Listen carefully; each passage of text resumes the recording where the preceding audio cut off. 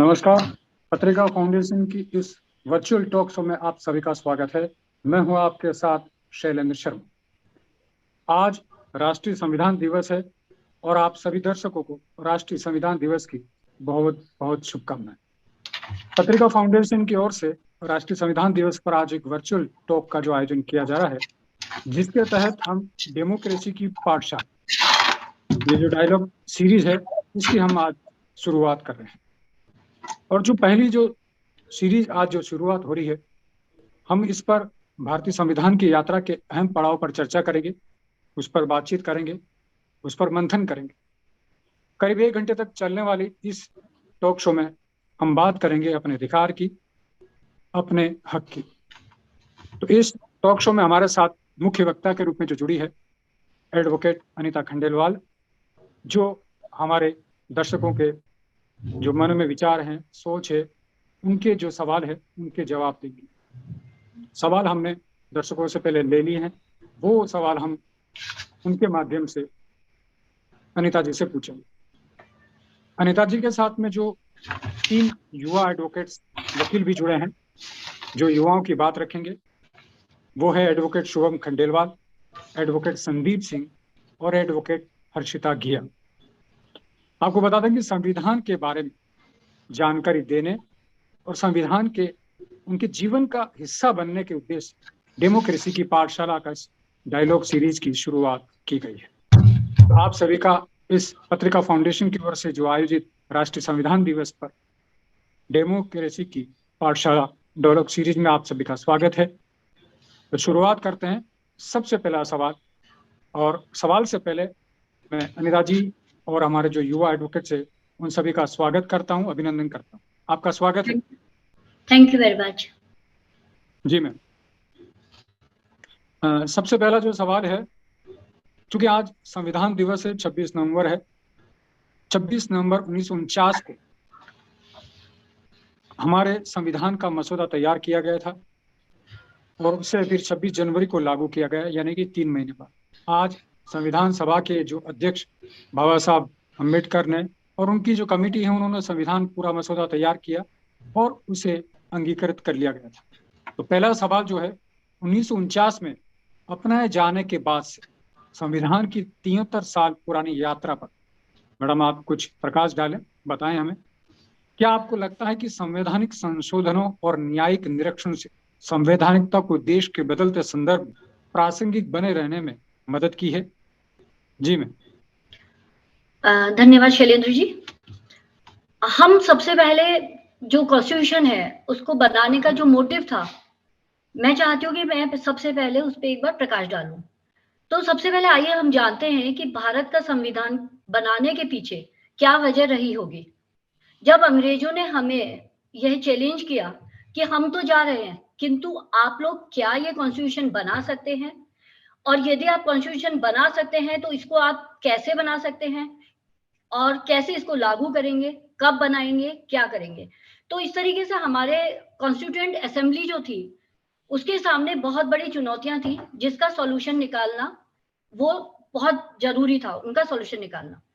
उस सॉल्यूशन के तहत उन्होंने 4 बड़े जो एक पॉइंट थे उनके पास में, वो थे एक गवर्नेंस, एक ह्यूमन एंड सोशल डेवलपमेंट, एक राइट्स और एक जुडिशरी, तो जस्टिस, सॉरी। तो इन 4 चीजों पे ध्यान रखते हुए हमारे संविधान की जो सबसे पहले कॉन्स्टिट्यूएंट असेंबली गठित की गई थी, वो गठित की गई थी 6 दिसंबर 1946 को।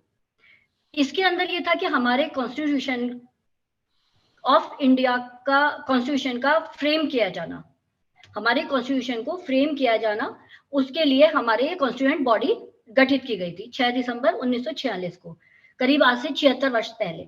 और उस समय उन लोगों की सोच, नजरिया, मेहनत इतना परफेक्ट था कि 100 साल आगे तक की सोचकर उन्होंने उस कॉन्स्टिट्यूशन को बनाया।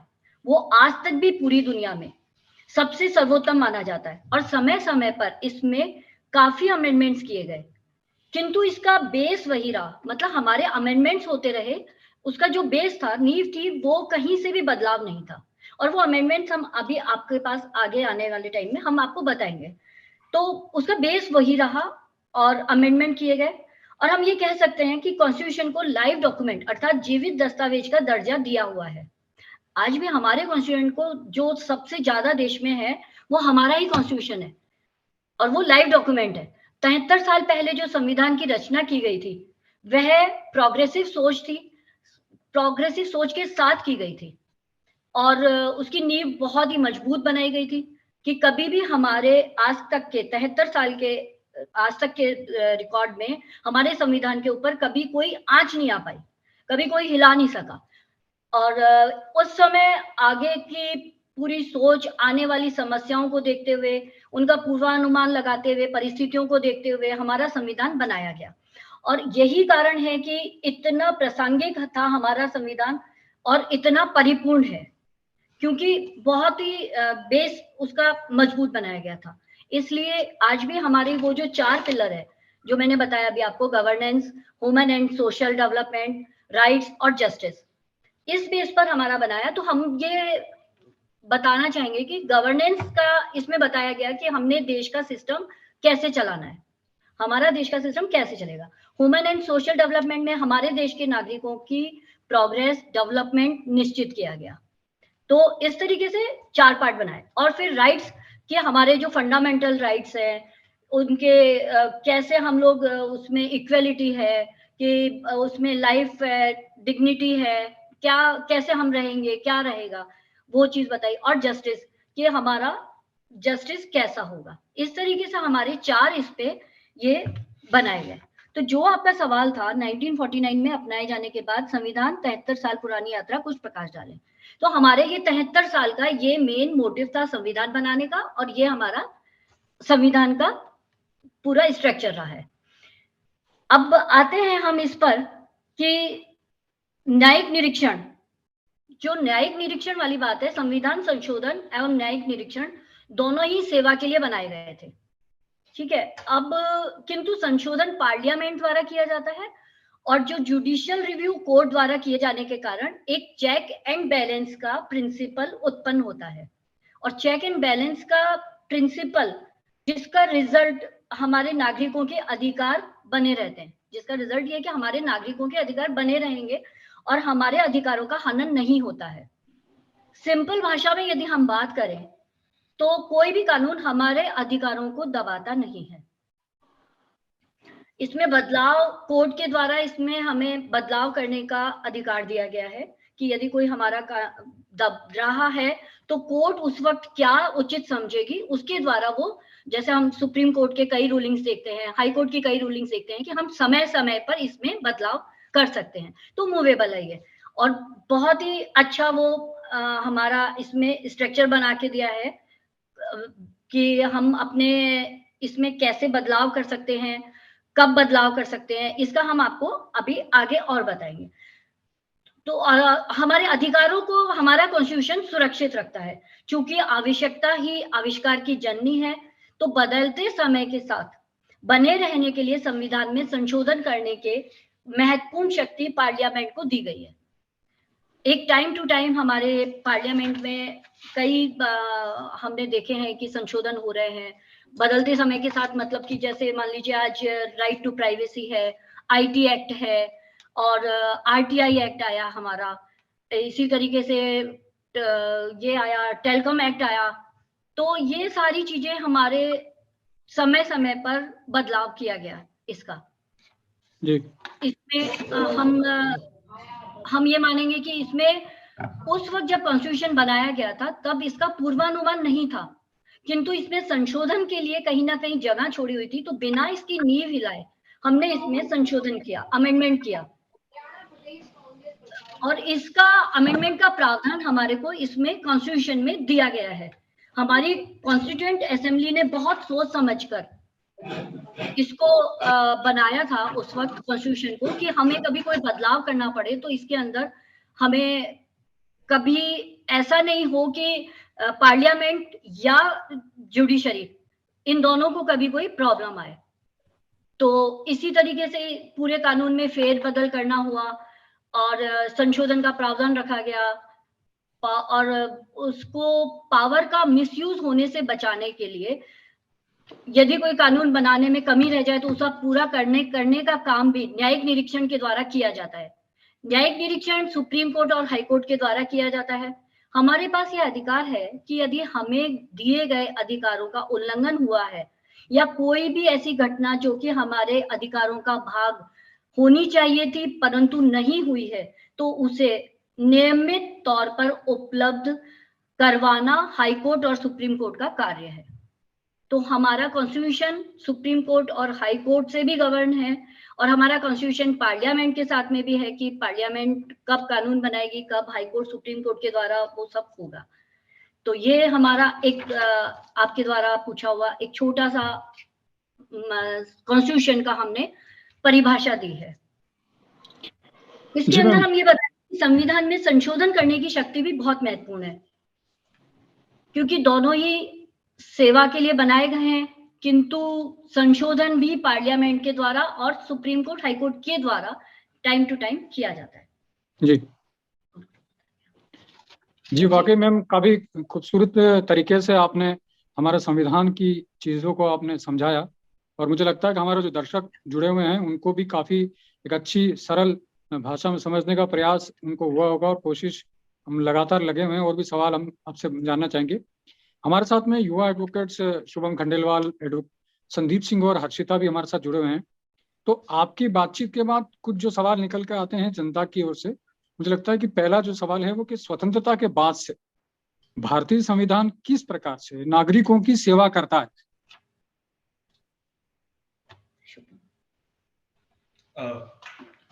हमारा संविधान जो है, जैसे कि मैम ने बताया कि वो 4 बेसिक प्रिंसिपल्स पे बना हुआ है। एक the motive of the constitution was कि सारा जो भी देश के लोग हैं उनका डेवलपमेंट हो। डेवलपमेंट किस तरीके से हो सकता है? वो तभी हो सकता है कि जब एक देश में जो भी कम्युनिटी है, जो भी लोग वहां रह रहे हैं, उनके पास सारे अधिकार हों और उन अधिकारों को प्रोटेक्शन भी मिले। तो मतलब अधिकारों का कोई मतलब नहीं रह जाता है अगर उनका प्रोटेक्शन नहीं मिले। तो rights and justice are 2 very important parts of the constitution. तो जो अधिकार दिए गए हैं हमारी देश के नागरिकों को, वो कॉन्स्टिट्यूशन के थ्रू ही, जो तीसरा भाग हमारे कॉन्स्टिट्यूशन का है which is the fundamental rights, उसमें विभिन्न प्रकार के राइट्स हमारे जो नागरिक हैं उनको दिए गए हैं, जो कि मौलिक अधिकार के नाम से भी जाना जाता है आम भाषा में। उनमें कुछ एग्जाम्पल मैं देना चाहूंगा। जैसे हमारा समानता का अधिकार, राइट टू इक्वालिटी हो गया, right to live with dignity हो गया, और right to freedom of expression हो गया, प्रोटेक्शन अगेंस्ट डिस्क्रिमिनेशन हो गया, राइट टू एजुकेशन हो गया, राइट टू प्रॉपर्टी बाद में इसमें जोड़ा गया। बट ये सारे कुछ एग्जाम्पल्स हैं जो कि राइट हमारे नागरिकों को दिए जाते हैं। तो ये सारे राइट्स प्रदान करना और इनका प्रोटेक्शन करना मेरे हिसाब से सबसे बड़ा एक सेवा है जो कि कॉन्स्टिट्यूशन नागरिकों की करता है।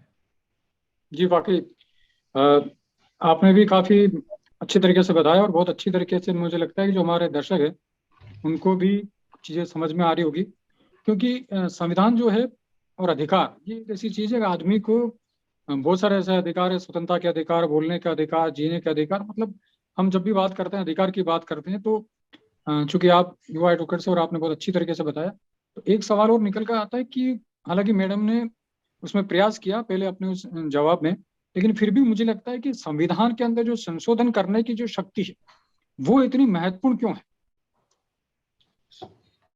सर, इसका भी बड़ा सिंपल शब्दों में, जैसे मैम ने भी समझाने की कोशिश करी, मैं एक बार मैं और आसान शब्दों में इसको एक तरीके से समझाना चाहूंगा कि जब हमारा कॉन्स्टिट्यूशन बनाया गया, भले ही उन लोगों का जो विजन था, जो उनका नजरिया था, वो 100 साल आगे का और बहुत प्रोग्रेसिव सोच के उन लोगों ने बनाया, लेकिन बहुत सारी चीजें ऐसी होती है जिसका आप पूर्व अनुमान नहीं लगा सकते।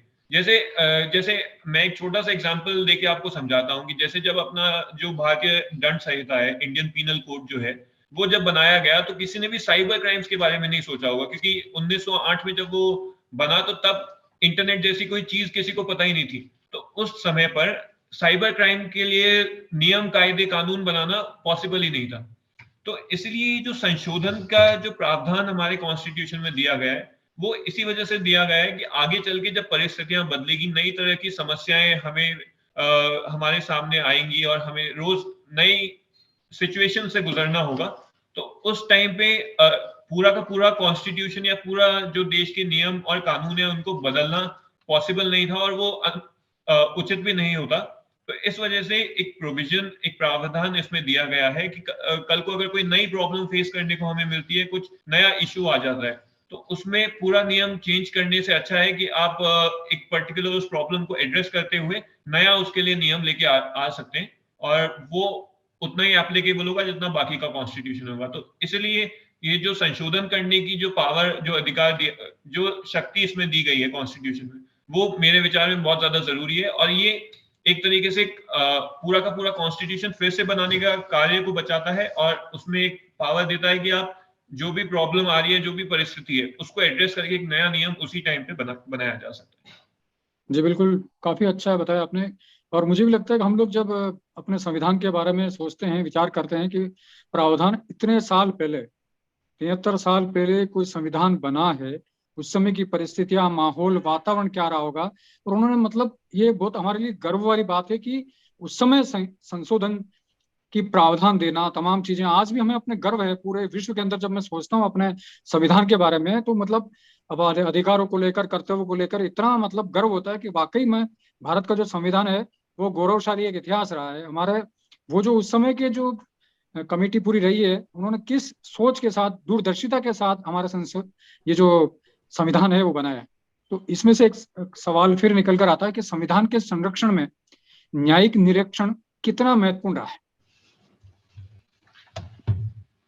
इस पर हमारे संदीप जी कुछ बोलना चाह रहे हैं। जी संदीप जी, आपका स्वागत है। मैं कुछ प्रकाश डालने की कोशिश करूंगा। तो जो जुडिशियल रिव्यू है, जिसे हिंदी में न्यायिक परीक्षण कहा गया है, वो एक ऐसा प्रावधान है, प्रोविजन, जहां पे कि हमने क्योंकि संशोधन करना पार्लियामेंट के हाथ में है। पार्लियामेंट अगर संशोधन करते हुए अगर कोई अधिकार अछूता रहे, अगर कोई अधिकार का हनन होता है, तो उसको सुरक्षित करने के लिए सिटीजन कहाँ जाएंगे। तो इसीलिए सुप्रीम कोर्ट और हाई कोर्ट के पास जुडिशियल रिव्यू की पावर है कि हर आदमी के पास ये अधिकार है कि वो डायरेक्ट सुप्रीम कोर्ट और हाई कोर्ट जा सकते हैं अगर उनका लीगल या फंडामेंटल राइट वायलेट होता है। तो जुडिशियल रिव्यू में अगर किसी भी कोर्ट का कोई डिसीजन दिया है या आपको किसी भी परिस्थिति में आपका अधिकार का हनन हुआ है, तो आप एक जुडिशियल रिव्यू को ऑप्ट कर सकते हो और ये आपका राइट है। तो वो जुडिशियल रिव्यू को करते समय एक प्रिंसिपल है जो रूल ऑफ लॉ का है कि कानून सबके लिए बराबर है, क्योंकि देश में कुछ ताकतवर हैं, कुछ कमजोर होंगे। तो उनको बचाए रखने के लिए जुडिशरी एक स्तंभ है, 3 स्तंभ में से एक स्तंभ जुडिशरी है, जो कि इस चीज का ख्याल रखता है। और ये एक तरीके के राइट के तौर पर संविधान में नागरिकों को दिया गया है। नहीं वाकई मतलब हम सर, हाँ जी, इसमें मैं भी थोड़ा सा और ऐड करना चाहूंगा कि जैसे कहते हैं ना कि with great power comes great responsibility.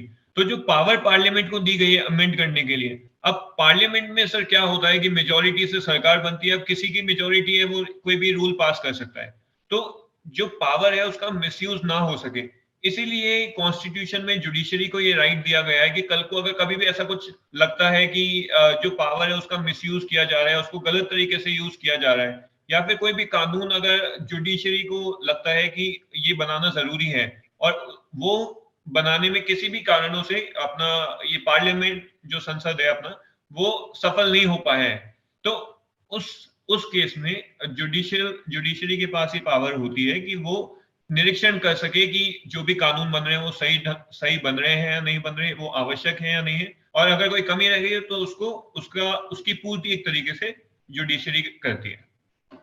नहीं वाकई बहुत बढ़िया बताया आपने। मुझे लगता है कि वर्तमान में अगर हम हमारे देश की बात करें या इस धरती की बात करें, तो जिस तरह से भगवान को देवता या भगवान मतलब वो डॉक्टर को भगवान कहा जाता है, उसी तरह से हमारे जो जजेस हैं, न्यायालय है, उनको भी कहीं कहीं भगवान का दर्जा है, क्योंकि वो पूरा किसी भी व्यक्ति के जीवन को बदलने का, उनके फैसलों से पूरा का पूरा सिस्टम बदलने की ताकत रखता है। और वर्तमान समय हम बात करें तो मीडिया और न्यायालय लोगों की आस के जो केंद्र हैं, अंतिम के बस यही मुझे न्याय मिलेगा, या तो मीडिया के पास आते हैं। और मीडिया से भी पावरफुल जो है वो है न्यायालय, क्योंकि उनके फैसलों से लोगों के, पूरे शहर के, पूरे देश के में बदलाव लाया जा सकता है। एक तरीके से जैसे घर में बुजुर्ग होते हैं जो मतलब daily day to day decisions में इतना ज्यादा पार्ट नहीं लेते होंगे, लेकिन फिर भी वो एक तरीके से निरीक्षण करते हैं कि कहीं भी चीज अगर कुछ गलत हो रही है तो उसको वो ठीक करने का इच्छा रखते हैं और उसकी पावर रखते हैं। तो उसी तरीके से हम इसको भी देख सकते हैं कि जो न्यायालय है, जो जुडिशरी है, वो एक तरीके से बुजुर्ग का काम करते हैं हमारी डेमोक्रेसी में। और इससे क्या होता है कि जो 3 स्तंभ है हमारे डेमोक्रेसी के, जुडिशरी, एग्जीक्यूटिव और लेजिस्लेचर, इन तीनों में एक बैलेंस बना रहता है कि कभी भी कोई किसी के पास भी ज्यादा पावर नहीं है मिसयूज करने की। सब आपस में हार्मोनियसली काम कर सकते हैं। उससे जो देश का जो फंक्शनिंग है एक तरीके से वो बहुत ज्यादा स्मूथ हो जाती है। नहीं, निश्चित रूप से अगर हम आजादी के बाद से देखें 73 सालों में, चाहे वो सेशन कोर्ट हो, हाई कोर्ट हो, सुप्रीम कोर्ट ने ऐसे बड़े बड़े डिसीजन, निर्णय लिए, फैसले लिए जिससे लोगों के दिलों में एक आस्था है, उनका एक बहुत बड़ा श्रद्धा और सम्मान का भाव है। कहते हैं ना कि मैं कई बार एक आम आदमी भी सड़क पे अगर किसी से पंगा होता है तो देखता, कोर्ट में घसीटूंगा मैं, तो वो जो बयान है कैसे कह सकता है वो कि कोर्ट में घसीटूंगा बड़े से बड़े आदमी को। तो कोर्ट के लिए वही वाली बात है कि बस सब समान है। तो ये हमारे लिए बहुत गौरव की बात है। अब अगले सवाल की ओर बढ़ते हैं कि विभिन्न संवैधानिक संशोधनों और न्यायिक निर्णयों ने किस प्रकार से विभिन्न अधिकारों की परिभाषाओं का विस्तार किया है। देखिए, इस सवाल का जवाब देने से पहले हम बताना चाहेंगे कि हमारे राइट्स क्या क्या है। एक्चुअली हमारे जो फंडामेंटल राइट्स हैं, जो हमारे कॉन्स्टिट्यूशन ने 3रे भाग में हमें हमारे फंडामेंटल राइट्स दिए हैं, तो उन फंडामेंटल राइट्स में हम लोग राइट टू इक्विटी की बात कर सकते हैं, हम लोग राइट टू फ्रीडम की बात कर सकते हैं, लाइफ एंड लिबर्टी की बात कर सकते हैं, स्पीच, एक्सप्रेशंस, एक्सेट्रा एक्सेट्रा। तो इन सब का हम जो अधिकार रखते हैं उनको हम कैसे हमारे देश में फ्री होकर काम में ले रहे हैं, या हम अपने ऊपर किसी भी तरीके से कभी कोई प्रॉब्लम आती है, जैसा कि अभी आपने बोला कि मैं कोर्ट में घसीटूंगा, देखूंगा, तो हम राइट टू फ्रीडम, हमारे जो मौलिक अधिकार है उनको जीते हुए, साथ में काम करते हुए हम अपने राइट्स को काम देखते हैं। तो इसमें एक छोटा सा प्रिंसिपल है जो अभी हमारे देश के नागरिकों को भी जानना चाहिए। वो ये कहता है कि law does not come to rescue of those who sleep over their rights. अगर आपका कोई अधिकार है तो अगर आपका अधिकार है और आप उस अधिकार के लिए नहीं लड़ते तो वो अधिकार कानून आपकी रक्षा करने के लिए नहीं। तो ऐसे ही करते हुए कुछ केसेस जो हुए हमारी हिस्ट्री में, जैसे एक केस हुआ मेनका गांधी, तो उनके बारे में शुभम। तो सर, जैसे अभी मैम ने बताया कि क्या क्या राइट्स, क्या क्या अधिकार एक आम नागरिक के पास होते हैं। तो आर्टिकल 21 जो है हमारे कॉन्स्टिट्यूशन का, वो कहता है right to life with dignity. तो उसमें क्या होता है सर कि जैसे आपको अपनी आम जिंदगी अपनी इच्छा से अपनी खुशी से जीने का अधिकार होता है। पर मेनका गांधी केस की जैसे बात करी अभी संदीप जी ने, तो उसमें ये हुआ था कि मेनका गांधी जी का पासपोर्ट अथॉरिटी ने सरेंडर करने के लिए उनको कह दिया था, पर उनको कोई किसी भी प्रकार का रीजन नहीं दिया गया था कि क्यों उनके साथ ऐसा किया जा रहा है। तो उनने सुप्रीम कोर्ट में एक याचिका दायर करी कि मेरा अधिकार है बाहर घूमने जाने का, वो राइट टू लाइफ में आता है, आर्टिकल 21 का आप उल्लंघन कर रहे हैं मेरा पासपोर्ट मुझसे लेके।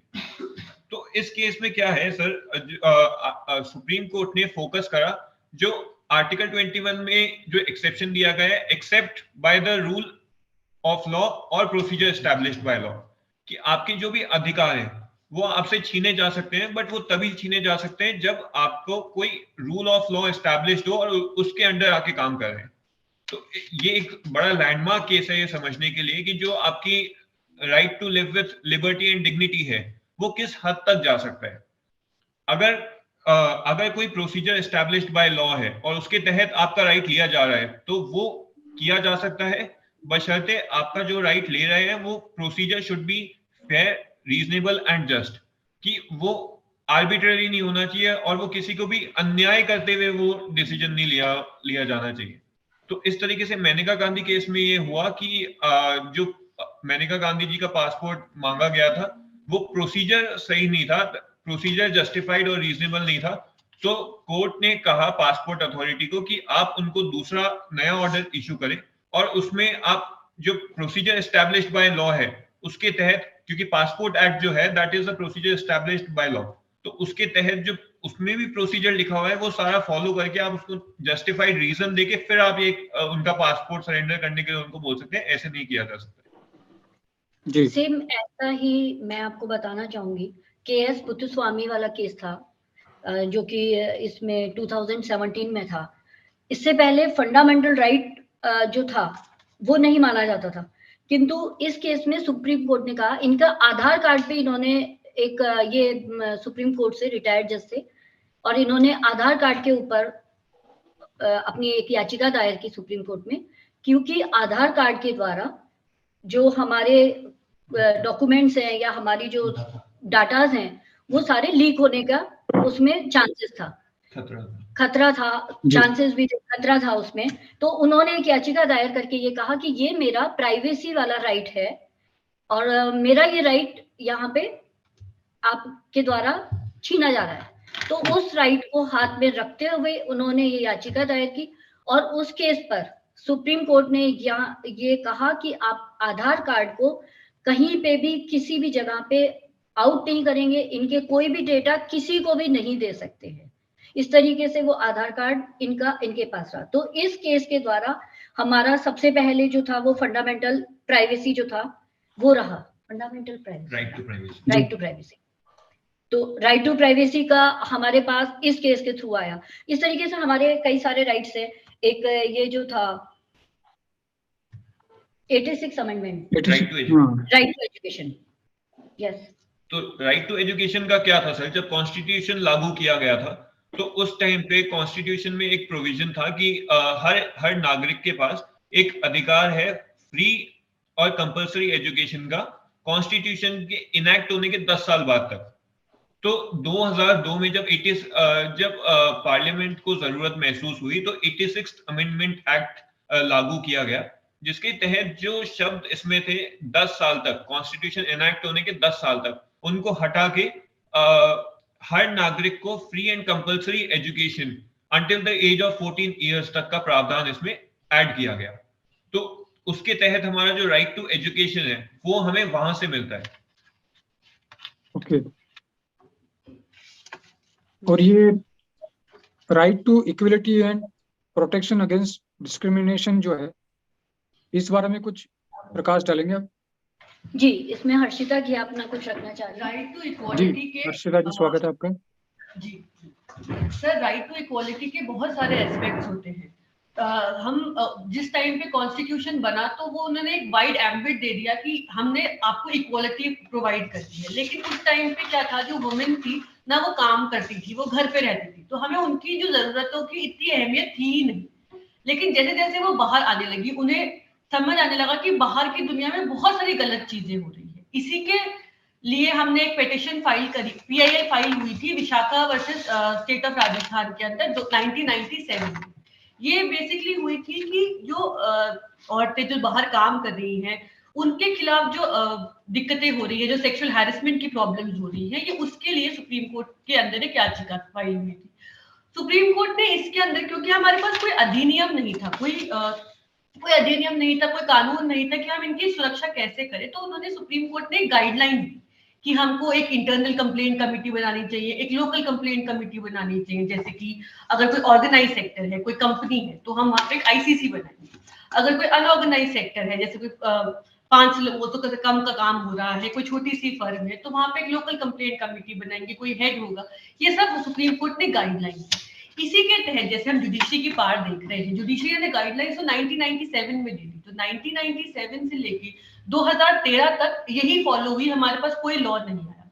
फिर 2013 में जाके हम sexual harassment at work place prevention redressal act लेकर आए, जिसमें उन्होंने बोला कि हम इसमें सिर्फ ये नहीं है कि सिर्फ सेक्सुअल हैरेसमेंट हो रहा है, इसमें हम सारी चीजें कि आपने अगर सेक्सुअली कलर्ड दिमाग पास कर दिया या कोई फेवर मांग लिया या सिर्फ फिजिकल टच की बात नहीं होगी, क्योंकि फिजिकल टच तो एक बहुत सिंपल सा है कि हर किसी को लगता है कि सिर्फ अड़ने से काम होते हैं, नहीं, बहुत सारे, आपने किसी को कुछ छोटा मोटा शब्द कह दिया, कोई चीज दिखा दी जो उसे नहीं दिखानी चाहिए थी, तो ये भी सब चीजें, संविधान सब कुछ तो नहीं लिख सकता था जब वो बना था, तो ये धीरे धीरे राइट्स के उसके अंदर आ रहा है। ये भी हमारा एक right to life article 21, article 14, article 19(1)(g), इन सब में ये सब कवर होता है कि हमें हमारी वुमेन को बेसिकली प्रोटेक्शन देना चाहिए। अगर हम इसी तरीके से और राइट्स की बात करें जो पहले नहीं देखे गए थे, जैसे कि अगर आपने देखा हो 2011 में जो सेंसस निकला, वो पहला सेंसस था जब इंडिया में ट्रांस वर्ड सुनाई दिया था। हमने उससे पहले कभी ट्रांस शब्द सुना ही नहीं था। 2011 के सेंसस में आया कि 4.8 मिलियन पॉपुलेशन भी ट्रांस है, जिनको अपना क्या बोलते हैं जेंडर ना उन्हें फीमेल लगता है ना मेल लगता है, तो उनके बहुत सारे प्रॉब्लम्स थे। उनका एक सबसे बड़ा प्रॉब्लम था कि उन्हें कोई लीगल रिकॉग्निशन ही नहीं था, और जब लीगल रिकॉग्निशन नहीं दिया है सर, तो फिर हम उनको प्रोटेक्शन कैसे देंगे? हमने हर जगह मेल और फीमेल प्रोटेक्शन, आज हम कोई फॉर्म भी भरते हैं तो हम लिख देते हैं आपके जेंडर में मेल या फीमेल। तो इसीलिए एक बहुत बड़ा केस, बहुत महत्वपूर्ण केस आया था national legal service authority versus union of India 2014 के अंदर। उसने ये कहा कि नहीं, हम इन पे कोई एहसान नहीं करें, ये भी एक तीसरा जेंडर है जिसे प्रॉपर रिकॉग्निशन देना चाहिए। आप रिकॉग्नाइज करोगे कोई चीज को तो ही तो हम उनकी प्रॉब्लम्स को आगे सोल्यूशन दे पाएंगे। हम एक झटके में तो ये नहीं कह सकते कि हाँ आज से उन्हें कोई दिक्कत नहीं होगी, उन्हें कोई प्रॉब्लम नहीं होगी, लेकिन एक रे ऑफ होप दे सकते हैं कि आज हमने तुमको रिकॉग्निशन दिया है तो धीरे धीरे इसमें प्रोग्रेस आएगी। आज हम उनको रिकॉग्नाइज कर रहे हैं, उन्हें प्रोटेक्शन दे रहे हैं, उन्हें राइट्स अवेलेबल करा रहे हैं, तो उनके खिलाफ जो बायसनेस हो रही है वो धीरे धीरे with the coming of generation वो हट सकती है। ये कुछ चीजें थी जो हम पहले फोर्सी नहीं कर सकते थे। हम पहले ये नहीं सोच सकते थे 1946, 1949, 1950 के टाइम पे कि हाँ कभी ट्रांस वर्ड आएगा, हाँ कभी सेक्सुअल हैरेसमेंट अगेंस्ट वुमेन होएगा, या फिर हम अगर एक बहुत बड़ा कानून जो अभी आया 2018 के अंदर, जिसमें हम 377 की बात करते हैं, जिसमें हम पहले क्या मानते थे कि हाँ एक स्त्री है, एक पुरुष है, और इन्हीं के बीच में जो भी संबंध हो सकते हैं वही पॉसिबल है। लेकिन जैसे जैसे हम ट्रांस वर्ड समझ रहे हैं तो ट्रांस के साथ और भी बहुत सारी चीजें आ रही है। जैसे एक बहुत प्रेवलेंट शब्द जिससे जो लोगों को पता ही नहीं था, जो इस केस से आया, कि LGBTQ+ कम्युनिटी एग्जिस्ट करती है।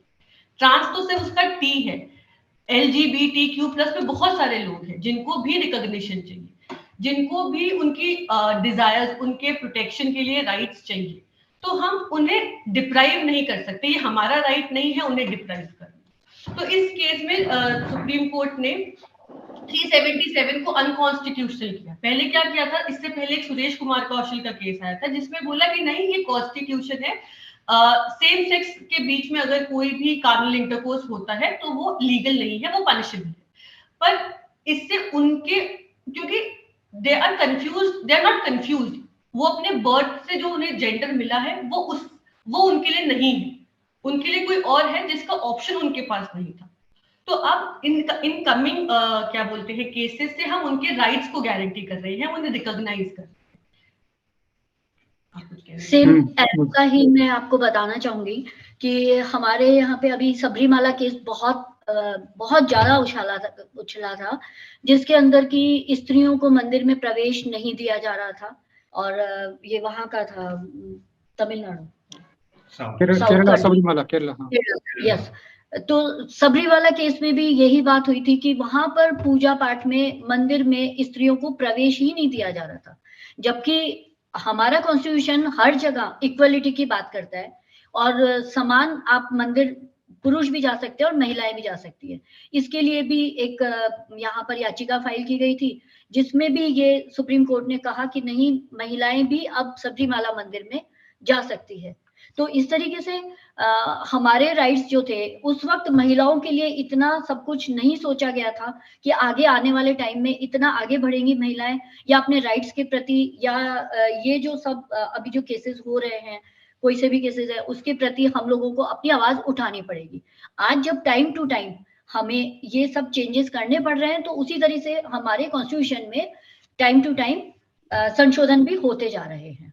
जी, हमने कमिंग जैसे आप देखोगे राइट टू इक्वालिटी हो गया, 15-16 हो गया, राइट अगेंस्ट डिस्क्रिमिनेशन, तो पहले उसमें ये अमेंडमेंट्स नहीं थे। आज हम अगर और शेड्यूल ट्राइब, ओबीसी, इनको हम रिजर्वेशन दे रहे हैं। पहले हमने ये सोचा ही नहीं था कि जो इस पिछड़ी प्रजाति के लोग हैं उन्हें भी हमको आगे आके उनको क्या बोलते हैं, उनको मोटिवेशन देनी, उनको काम कराना है। क्योंकि पहले क्या था, हर एक सेक्शन ऑफ पीपल का काम डिसाइड था। अब जो हर इंसान, ऐसा कुछ नहीं है कि ये नहीं कर सकता या ये कर सकता है, बी इट अ मेल और बी इट अ फीमेल, तो उनके लिए हम प्रोटेक्शन लेके आ रहे हैं। जैसे हमने हमारे कॉन्स्टिट्यूशन में बोला है कि हम स्पेशल प्रोविजन ला सकते हैं चिल्ड्रन को लेकर, स्पेशल प्रोविजन ला सकते हैं वुमेन को लेकर। तो ये कॉन्स्टिट्यूशन अपने अमेंडमेंट के थ्रू बता रहा है कि हम ये सब चीजें ला सकते हैं। अब कॉन्स्टिट्यूशन तो एक बड़ा फ्रेमवर्क है, वो सिर्फ बता सकता है। जैसे उसने बोला कि चिल्ड्रन के प्रोटेक्शन में आप कानून ला सकते हो, तो हम उसको लेकर वे पार्लियामेंट अलग अलग लॉज पास करता है। जैसे पॉक्सो एक्ट पास कर दिया कि चिल्ड्रन के खिलाफ भी अगर सेक्सुअल ऑफेंसेस होते हैं, जो बच्चे छोटे हैं, अगर उनको किसी प्रकार की ऐसे सेक्सुअल कलर्ड रिमार्क्स या सेक्सुअल फेवर्स मांगे जाते हैं, तो वो भी कंप्लेन कर सकते हैं। ये पहले नहीं पता था। तो ये धीरे धीरे with the change of time, अगर आप टाइम के साथ चेंज नहीं होगी तो कोई मतलब नहीं है कि आप पीछे की सोच के साथ रहे। आज अगर उसकी नीड है तो उस हिसाब से आपको चेंज भी होना पड़ेगा। जी बिल्कुल हर्षिता जी, आपने काफी खूबसूरती से ये जो, चाहे वो Vishakha versus Rajasthan, state of the Rajasthan हो, जिसमें कि कार्यस्थल पर यौन उत्पीड़न वाला इशू हो, चाहे आपने वो ट्रांसजेंडर वाला इशू बताया, या फिर वो 377 जो है वो वाला जोड़ा आपने, लगातार ये क्रांतिकारी एक अधिकार, क्योंकि प्रकृति ने जिस व्यक्ति को जिस विचार के साथ, जिस सोच के साथ, जिस फीलिंग के साथ इस धरती पर भेजा है, तो क्या उसको उस तरीके से जीने का अधिकार है या नहीं। तो ये कहीं ना कहीं उनको अधिकार मिलना हमारे मानव जाति के लिए भी एक सकारात्मक परिणाम है, सकारात्मक एक दृष्टिकोण है। और एक हम बात करेंगे एक महत्वपूर्ण सवाल की तरफ, कि भारत के संवैधानिक इतिहास में कुछ ऐसे सिद्धांत स्थापित किए हैं जो ये सुनिश्चित करते हैं कि भविष्य की संवैधानिक व्याख्या नागरिकों के अधिकारों की सेवा करती रहे। ऐसे कुछ मूलभूत सिद्धांत क्या है? अधिकार धारकों के रूप में वे कौन से कर्तव्य और दायित्व हैं जिनके माध्यम से नागरिक भी संविधान के कायम रखने में भूमिका निभा सकते हैं? जी मैम। जी, तो भारत के संवैधानिक इतिहास में कुछ ऐसे सिद्धांत स्थापित किए हैं जो ये सुनिश्चित करते हैं कि भविष्य की संवैधानिक व्याख्या नागरिकों के अधिकारों की सेवा करते हैं। ऐसे कुछ मूलभूत सिद्धांत हैं, जिसमें से एक जो है वो है law for the man, not man for law. अर्थात कानून व्यक्ति के लिए बना हुआ है, व्यक्ति कानून के लिए नहीं बना हुआ है। और संवैधानिकता जो है तो वो संविधान की सर्वोच्चता को दर्शाता है। इसमें आपको मैं बताऊं कि चेक एंड बैलेंस तथा सेपरेशन ऑफ लॉ का प्रिंसिपल काम करता है इस पर। जुडिशरी, लेजिस्लेटिव और एग्जीक्यूटिव संविधान के मूलभूत स्तंभ है। इनका कार्य एक दूसरे से स्वतंत्र रहे एवं प्रभावित ना हो के कारण ये सिद्धांत हैं, जिनके माध्यम से नागरिक भी संविधान से जुड़ा रहता है। आम नागरिक भी संविधान से जुड़ा रहता है। इन सिद्धांतों के तहत हम एक दूसरे से जुड़ाव महसूस करते हैं, और यह संभव नहीं है कि कोई व्यक्ति केवल कानून या पार्लियामेंट्री कानून का रखवाला हो। व्यक्ति को भी बराबर उसी तरीके से कानून की रक्षा करनी पड़ेगी, कानून के साथ चलना पड़ेगा और कानून का ध्यान रखना पड़ेगा। हमारे भी ये कुछ संविधान के प्रति कर्तव्य होते हैं। आम नागरिक के जो संविधान के प्रति कर्तव्य हैं, उनको भी एक आम नागरिक को निभाना चाहिए। और संविधान को बनाए रखने में उसको बहुत बड़ी महत्वपूर्ण भूमिका है आम नागरिक की, जो कि उसको बना के रखनी चाहिए। और ये इसके बारे में मैं चाहती हूँ कि कुछ संदीप जी इसके बारे में बखूबी बताना चाहते हैं, क्योंकि जो अभी जो लेटेस्ट केसेस वगैरह आए हैं उस बारे में ये अपना कुछ वक्तव्य देना चाहते हैं। जी बिल्कुल संदीप जी। जैसे कि कुछ सिद्धांत जो बताए गए हैं, जिनके आर बार ये पूरा संविधान चलता है, जिससे कि लोगों नागरिकों की सुरक्षा की जा सके, उनमें से जैसा मैम ने बताया, law for the man not man for the law, ये एक हो गया है। दूसरा, एक कॉन्स्टिट्यूशनलिज्म का जो कॉन्सेप्ट है वो इसीलिए है कि जो कॉन्स्टिट्यूशन किताब है यही सब में प्रधान है, इसके ऊपर कोई आदमी नहीं है, तो कॉन्स्टिट्यूशन इटसेल्फ इज सुप्रीम। तो जो भी जितने भी लोग हैं they all lie under the constitution.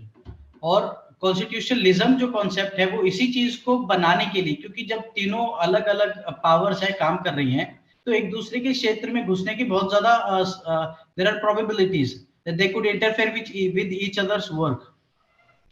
उसी को बचाए रखने के लिए एक सेपरेशन ऑफ पावर का प्रिंसिपल कॉन्स्टिट्यूशन ने दिया है, जो बहुत इंपॉर्टेंट कॉन्सेप्ट है। वो कॉन्सेप्ट दूसरे मान लो एग्जीक्यूटिव्स हो गए, बड़े अधिकारी हो गए या नेता हो गए, तो नेता कोशिश करेंगे अधिकारी को प्रभावित करने की, अधिकारी कोशिश करेंगे कुछ और लोगों को प्रभावित करने की या जुडिशरी को प्रभावित करने की। ऐसे ही आपस में ये एक दूसरे को प्रभावित ना कर पाए, इसी के लिए संविधान ने सेपरेशन ऑफ पावर्स का प्रिंसिपल दिया है। और यही चीज लोगों की सुरक्षा करती है, लोगों के अधिकारों की सुरक्षा करती है। इसी में एक और आगे देखें साथ साथ तो सेक्शन में, अच्छा, एक प्रिंसिपल्स ऑफ नेचुरल जस्टिस है जो लोगों की सुरक्षा करता है। प्रिंसिपल नेचुरल जस्टिस ये बताता है कि कोई भी इंसान की सुनवाई का अधिकार है, ऐसे ऐसे करके उसमें बहुत सारे अलग अलग उसमें अधिकार है प्रिंसिपल नेचुरल जस्टिस में, कि अगर आपके पास एक राइट है कि आप बोले नहीं जब तक आपको बोला गया बोलने के लिए। अगर आप अक्यूज्ड है, अगर आप आरोपी हैं तो इस केस में अगर आपकी सुनवाई नहीं होती है या आपके पास पैसा नहीं है, आप वकील नहीं कर सकते या जो भी रीजन हो सकता है, अगर आपकी सुनवाई नहीं हुई है तो ये एक उल्लंघन होगा आपके राइट का, जो राइट निकलता है प्रिंसिपल्स ऑफ नेचुरल जस्टिस से। शब्द अपने आप में ही अपनी व्याख्या कर रहा है कि प्रिंसिपल्स ऑफ नेचुरल जस्टिस। तो ये चीज भी हमारे संविधान में है, कॉन्स्टिट्यूशनलिज्म है, और law for the man not man for the law है। तो ये कुछ करते करते ना एक ऐसे स्थान पर हम आए टाइम में जहां पर एक जरूरत महसूस हुई कि यार ये कुछ चीजें हैं जिनका छेड़छाड़ ना हो, क्योंकि जिनको छेड़ने से नागरिकों के अधिकार का हनन होता है। तो वहां से कॉन्सेप्ट निकल के आया ऑफ ये बेसिक स्ट्रक्चर का, जो मूलभूत ढांचा जो हमारे संविधान का है, जैसा मैंने स्टार्टिंग में बताया कि जो मूलभूत ढांचा है उसकी नींव को नहीं छेड़ा जाए। तो वो नींव क्या थी, उसकी कोई डेफिनेशन नहीं है। तो उस नींव को बताने के लिए एक केस है केशव नंदा भारती। अब उसके बारे में हमारे शुभम जी आपसे कुछ बोलना है।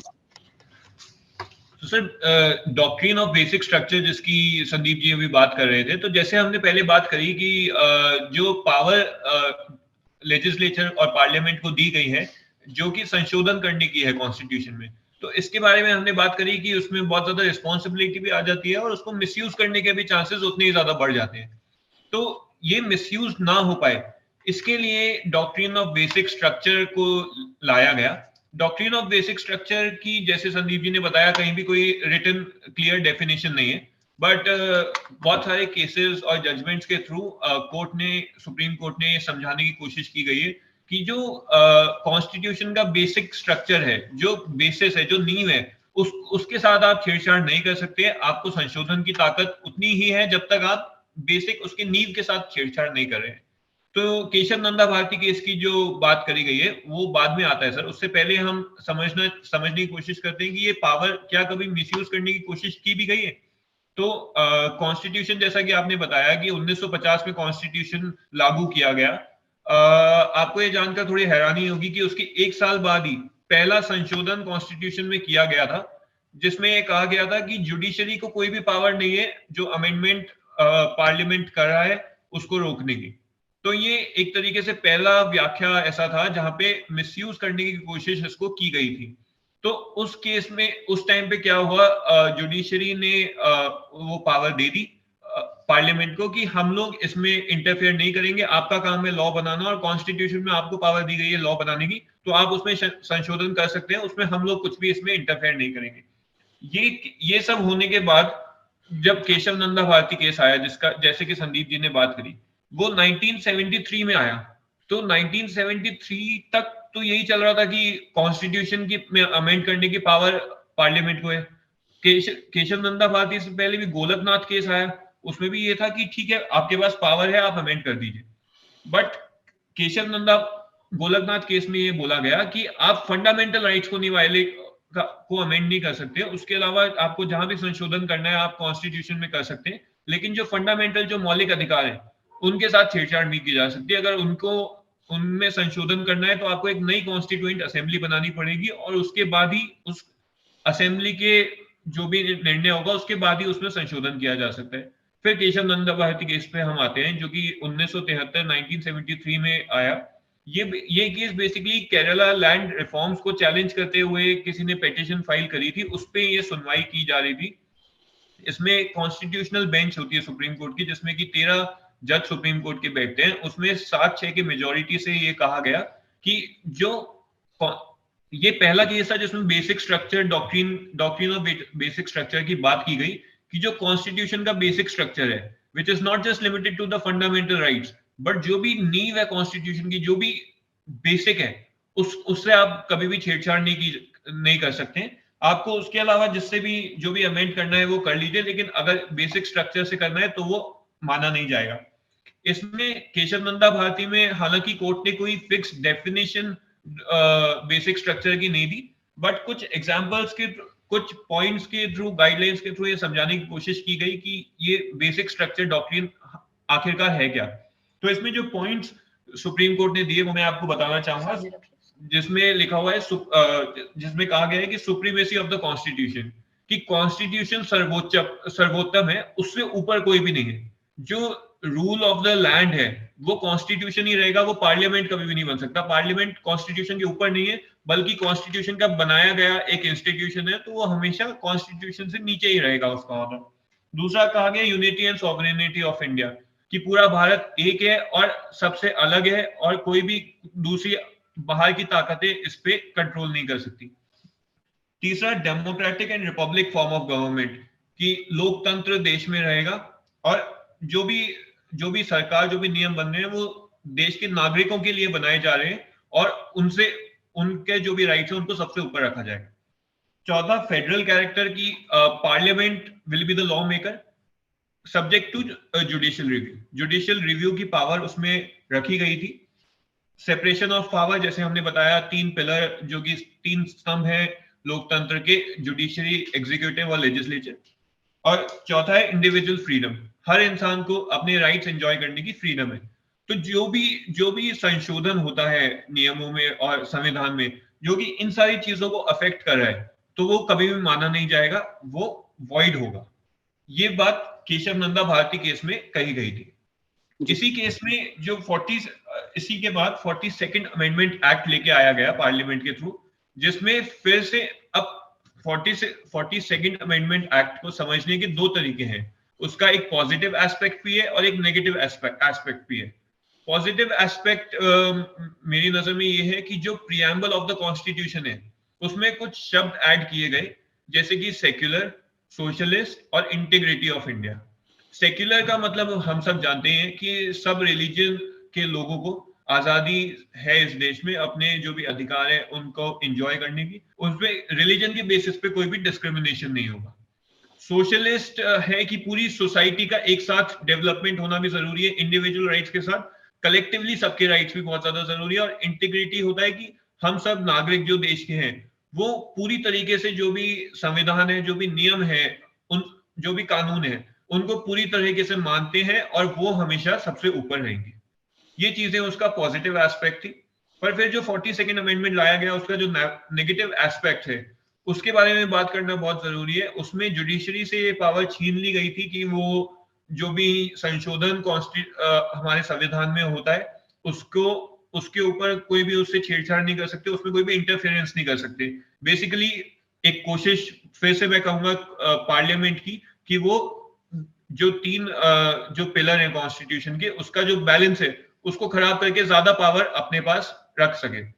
पर जैसा कि हम सब लोग जानते हैं कि ये होने से देश को चलाने में बहुत सारी दिक्कतें आ सकती थी।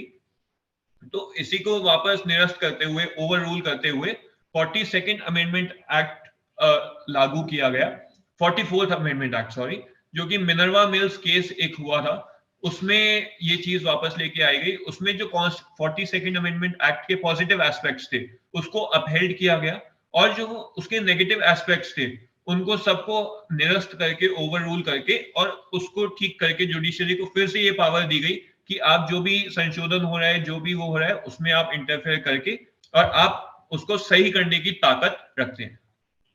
जी। और अगर हम एक और चीज मैं ऐड करना चाहूंगी, पॉजिटिव मेजर हम देख, जैसे 42 के नेगेटिव मेजर तो इन्होंने बता दिया, लेकिन 42 का प्रियम्बल के अलावा एक बहुत इंपॉर्टेंट पॉजिटिव मेजर था कि उससे हमारी फंडामेंटल ड्यूटीज आई थी।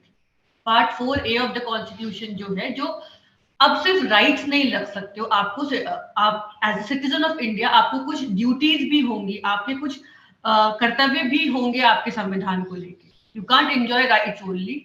तो पार्ट 4A ऐड किया गया कॉन्स्टिट्यूशन में, जिसका नाम था फंडामेंटल ड्यूटीज। उसमें कुछ ड्यूटीज दी गई थी कि हमें हमेशा हमारे कॉन्स्टिट्यूशन से अवॉइड करना चाहिए, नेशनल स्ट्रगल से अवॉइड करना चाहिए, आपको राइट ऑफ एजुकेशन आपको होनी चाहिए, आपकी ड्यूटी है एजुकेट होना, आपकी ड्यूटी है कल्चरल हेरिटेज को प्रोटेक्ट करना, आपकी ड्यूटी है जो मॉन्यूमेंट्स हैं, जो एनवायरनमेंट है, वाइल्ड लाइफ है, उसको प्रोटेक्ट करना। तो ये एक बहुत बड़ा एस्पेक्ट था। ऑल्दो इट इज नॉट, आपको कोई पनिशमेंट नहीं देगा ये ड्यूटी नहीं, जैसे हमारे DPSPs है, directive principle of state policy, जो पार्ट 4 में है, उसके लिए कोई पनिशमेंट नहीं है। स्टेट आप उसको जाके फोर्स में नहीं ला सकते, लेकिन इट इज एडवाइजेबल। ये ड्यूटीज आपको करनी एडवाइजेबल है। आपको जो आपकी फ्रीडम फाइटर्स है, जो struggle, national anthem, national song, ये जो भी आपके नेशनल रिलेटेड चीजें हैं, इनके लिए एक रिस्पेक्ट होना, ये सब आपकी बेसिक ड्यूटीज का पार्ट बनती है, जो कॉन्स्टिट्यूशन आपसे मांगता है कि this is the bare necessity जो आप कर सकते हैं। नहीं, वाकई निश्चित रूप से अधिकार के साथ साथ में आपके कर्तव्य भी हैं। अगर हम अपने अधिकार की बात करते हैं तो हमें पहले अपने कर्तव्य पर भी ध्यान देना होगा कि अगर आपको तेज गाड़ी चलाने का अधिकार है तो आपको कर्तव्य के एक अच्छे नागरिक होने के नाते इतनी स्पीड में चलाएं कि दूसरे की जीवन खतरे में ना आए। तो हमको पहले अधिकार की बात करने के पहले अगर कर्तव्य पर भी हम फोकस करेंगे तो सब चीजें बैलेंस रहेगी निश्चित रूप से। तो टोटल में अगर जो आज जो हम लोग बात करते हैं, आज राष्ट्रीय संविधान दिवस पर हमने आज वर्चुअल टॉक जो बातचीत की, इसमें आप सभी का बहुत बहुत धन्यवाद। तो मैं जो दर्शक देखे निश्चित रूप से उनको मतलब काफी अनुभव हुआ होगा, काफी सीखने को मिला होगा। अनीता मैम और आपके जो युवा साथी जो टीम है, शुभम जी, संदीप जी और हर्षिता जी, आपने काफी खूबसूरती से, काफी सरल शब्दों में, स्पष्ट शब्दों में हर चीज को बहुत तरीके से समझाने का प्रयास किया है। तो हमारा जो ये पत्रिका फाउंडेशन की ओर से राष्ट्रीय संविधान दिवस पर जो आज डेमोक्रेसी की पाठशाला डायलॉग सीरीज का जो पहली शुरुआत थी, ये काफी सराहनीय, काफी सफल रही है निश्चित तौर पे, और मैं अपेक्षा करता हूँ कि दर्शकों को भी इसमें मजा आया होगा। तो मैं अनीता मैम और युवा साथी जो युवा एडवोकेट्स हैं, शुभम जी, संदीप जी, हर्षिता जी, आपको बहुत बहुत धन्यवाद कि आप इस सीरीज में शामिल हुए। आपको भी बहुत बहुत धन्यवाद। आपने ऐसे अच्छा प्रोग्राम आपने पत्रिका के माध्यम से रखा, जिससे कि हमारे देशवासियों को भी ये पता चलेगा, कईयों को नहीं पता है हमारे फंडामेंटल राइट्स क्या है, हमें कैसे क्या करना है। तो आपका ये जो है पहल, वो बहुत अच्छी लगी हमें। Thank you very much. Thank you. तो दर्शकों, इसी तरह से आज जो शुरुआत हुई है डेमोक्रेसी जो डायलॉग सीरीज है, इसी तरह से हम आप लोगों को अपडेट करते रहेंगे और बताते रहेंगे आप अधिकार, और अधिकार से पहले आप जरूर ध्यान रखिएगा आपके कर्तव्य भी है। तो मुझे दीजिए इजाजत। बहुत बहुत धन्यवाद। Thank you. नमस्कार।